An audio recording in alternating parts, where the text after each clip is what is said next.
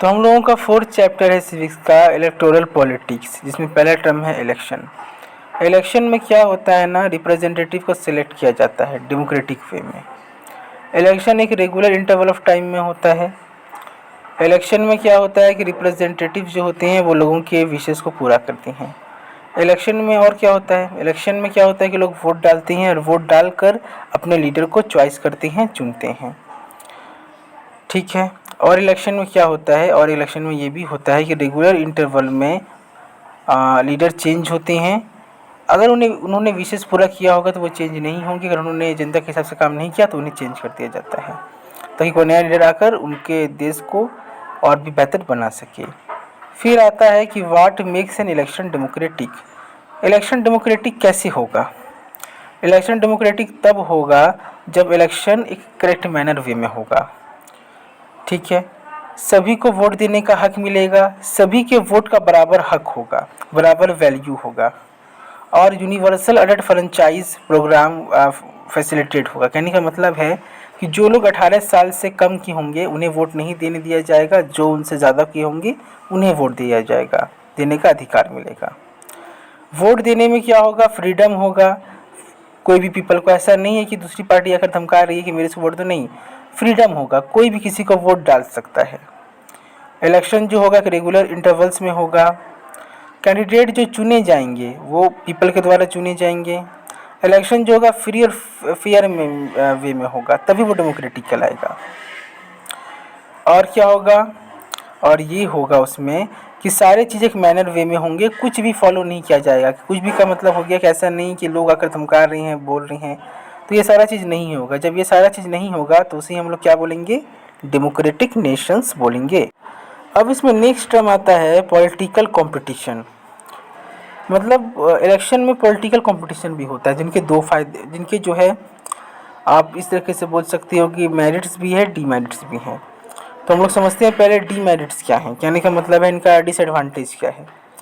तो political competition होने के कारण क्या हो जाता है ना कि पार्टीज़ जो हैं वो अनवांटेड प्रैक्टिसेस करने लगती हैं। कहने का मतलब है कि उन्हें जीतना होता है तो वो क्या करती हैं, लोगों को पैसे देने लगती हैं, और क्या करने लगती हैं, लोगों को अलग अलग तरीके से मतलब लोगों का मन अपनी तरफ अट्रैक्ट करके जीतने की कोशिश में रहती हैं। क्रिएट्स अ सेंस ऑफ डिस्टिनिटी, डिस्टिनिटी का एक सेंस बन जाता है। आप ऐसे समझ लो कि लोग जो है फिर लीडर को नहीं देखते हैं, लोग पैसे को देखने लगते हैं, लोग फ़ायदा देखने लगते हैं। Parties level allegation against each other using dirty tricks to win election, dirty tricks का यूज़ होने लगता है। अब डर्टी ट्रिक्स का मतलब क्या हो गया, अब जैसे कि हम लोग भागलपुर में भी इलेक्शन होता है तो क्या होता है, आपने देखा होगा लीडर लोग क्या करते हैं, कार टोटो सुमो फिर ये सब लाकर रख देते हैं और वोटर वालों को बैठाते हैं अपनी गाड़ी में और कहते हैं कि मेरी गाड़ी से जाइए वोट डाल दीजिएगा। तो ये तो डर्टी ट्रिक्स है ना।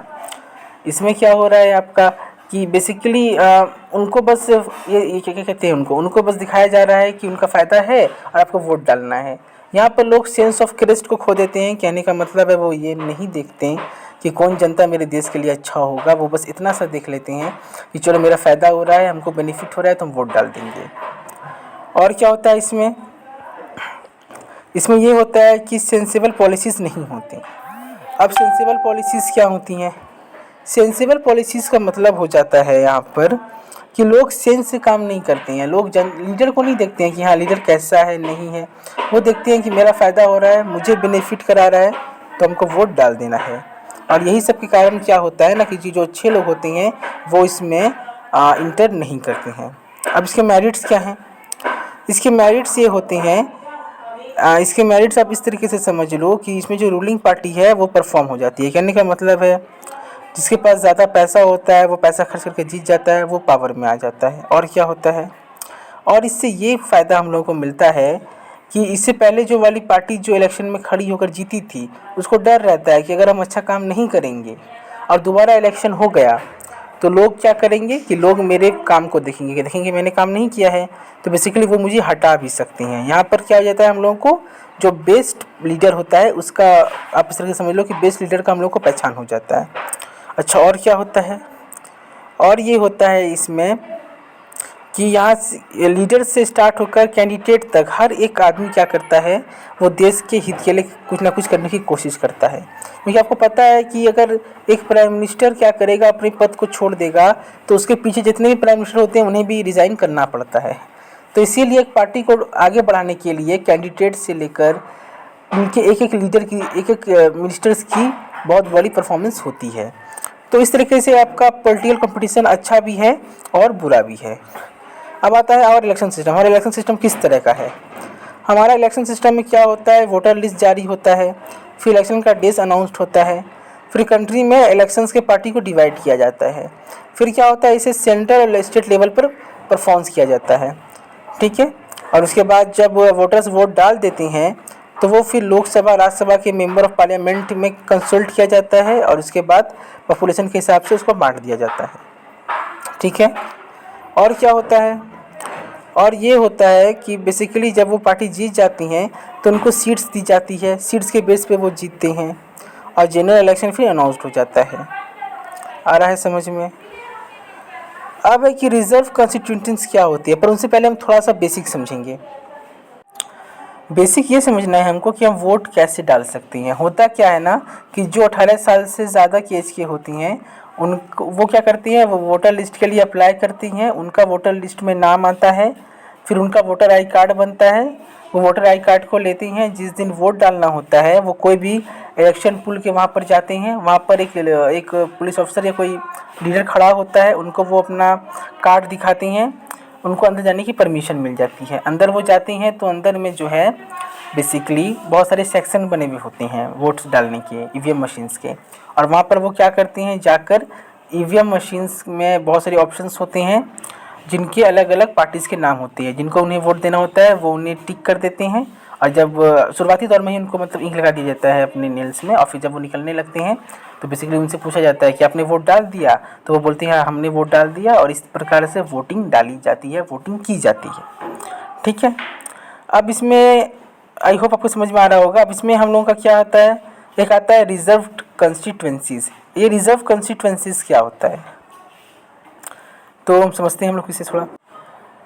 रिजर्व कॉन्स्टिट्यूएंसी अब ऐसे समझ लो ना कि जब हमारा देश आज़ाद हो रहा था तो उस समय क्या हो रहा था ना कि कॉन्स्टिट्यूशन जब बनाई जा रही थी तो हमारे जो लीडर्स थे उन्हें पता था कि जो लोग बेसिकली समाज में नॉर्मल कास्ट में हैं उनको तो कोई दिक्कत नहीं आने वाली है, बट वैसे लोग जो समाज में बहुत नीचे में हैं, नीचे लाइन में हैं, तो उन्हें तो दिक्कत आ जाएगी। जैसे कि आपके SC है, ST है, शेड्यूल कास्ट, शेड्यूल ट्राइब्स हैं, तो वहाँ पर उन लोगों के लिए सीट कंफर्म कर दिया गया था। तो आप इस तरीके से समझ लो कि शेड्यूल 84 सीट शेड्यूल कास्ट की होती हैं पार्लियामेंट में, और 47 सीट शेड्यूल ट्राइब की होती हैं पार्लियामेंट में। और इस तरीके से आप एक और चीज़ समझ लो कि पूरे पार्लियामेंट में कम से कम एक वुमन का होना बहुत ज़रूरी है। अप्रॉक्स परसेंटेज निकालोगे ना तो 1 से 2 वुमेन का ही निकलेगा। और OBCs जो अदर बैकवर्ड कास्ट के हैं उनका भी रहना बहुत ज़रूरी है। तो इसी को कहते हैं रिजर्व कंस्टिट्यूएंसी, कि एक सीट को रिजर्व कर दिया गया है OBC के लिए, शेड्यूल कास्ट, शेड्यूल ट्राइब और वुमेन्स के लिए, ताकि वो लोग भी बेसिकली पार्लियामेंट और कॉन्स्टिट्यूशन के बारे में जानकारी रख पाएँ। अब आता है इलेक्शन कैंपेन। इलेक्शन कैंपेन क्या होता है? Political parties try to focus public attention to bigger issue during election campaign.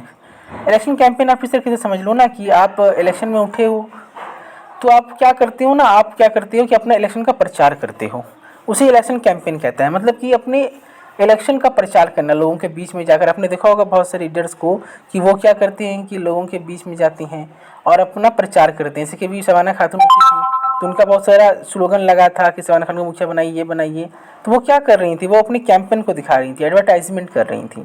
तो वही होता है, लोगों के बीच में जाती हैं, अपनी पार्टी के बारे में बताती हैं, उनसे हज़ार वादा करती हैं, इसी को इलेक्शन कैंपेन कहा जाता है। इससे फ़ायदा क्या होता है कि लोग पार्टी के बारे में जान जाते हैं, लोग लीडर को समझ पाते हैं और लोग उनकी अच्छी बातों को समझ पाते हैं और लोग वोटिंग करने के लिए उनकी तरफ अट्रैक्ट हो जाते हैं। ठीक है, आ रहा होगा समझ में। अब क्या है, अब हम लोग देखते हैं आगे। अब हम लोग का इंडिपेंडेंट इलेक्शन कमीशन, ये क्या होता है? इंडिपेंडेंट इलेक्शन कमीशन एक तरह के इलेक्शन कमीशन होते हैं, एक तरह की ये जो है आपका इंडिपेंडेंट इलेक्शन कमीशन, ये आपका बेसिकली एक तरह के इंडियन इंडिपेंडेंट इलेक्शन कमीशन जो होती हैं एक तरह के एक पोस्ट वाले आदमी होते हैं, ठीक है, जो कि क्या करती हैं, free and fair election conduct कराने में हेल्प करती हैं। इनका काम ही यही होता है और ये पूरे इंडिया के इंस्टीट्यूशन में सबसे ज़्यादा पावरफुल होती हैं प्राइम मिनिस्टर और प्रेसिडेंट के बाद। इनके पास बहुत पावर होती है। इलेक्शन हुई और इन्होंने किसी पार्टी को अगर बोल दिया कि वो लूज़ हो जाएंगे, सिग्नेचर कर दिया, तो फिर इनकी बात को रखी जाएगी। इसीलिए इंडिया में इलेक्शन कमीशन की पावर बहुत ज़्यादा दी जाती है अदर कंट्रीज़ के मुकाबले। और इनका काम क्या होता है कि फ्री एंड फेयर इलेक्शन हो, इनका ये काम होता है उनको देखना।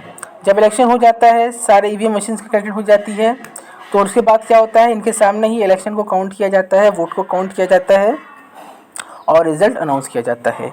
इनका काम फिर से मैं बता दूं आपको, इनका काम इतना सा होता है कि फ्री एंड फेयर इलेक्शन हो जाए, इलेक्शन में कोई चीटिंग ना हो। और एक बात और जान लीजिए आप कि इलेक्शन कमीशन को इंडिया में बहुत पावर दी गई है अदर कंट्री के मुकाबले।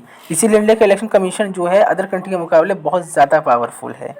तो यही था आपका चैप्टर इलेक्टोरल पॉलिटिक्स। समझ में आ गया होगा, ये नोट्स आपको मिल जाएगा, आप उसको देख लेना। ठीक है, अब आगे कभी नोट्स आपको मिलता रहेगा तो ठीक है, वीडियो को हम लोग क्लोज करते हैं।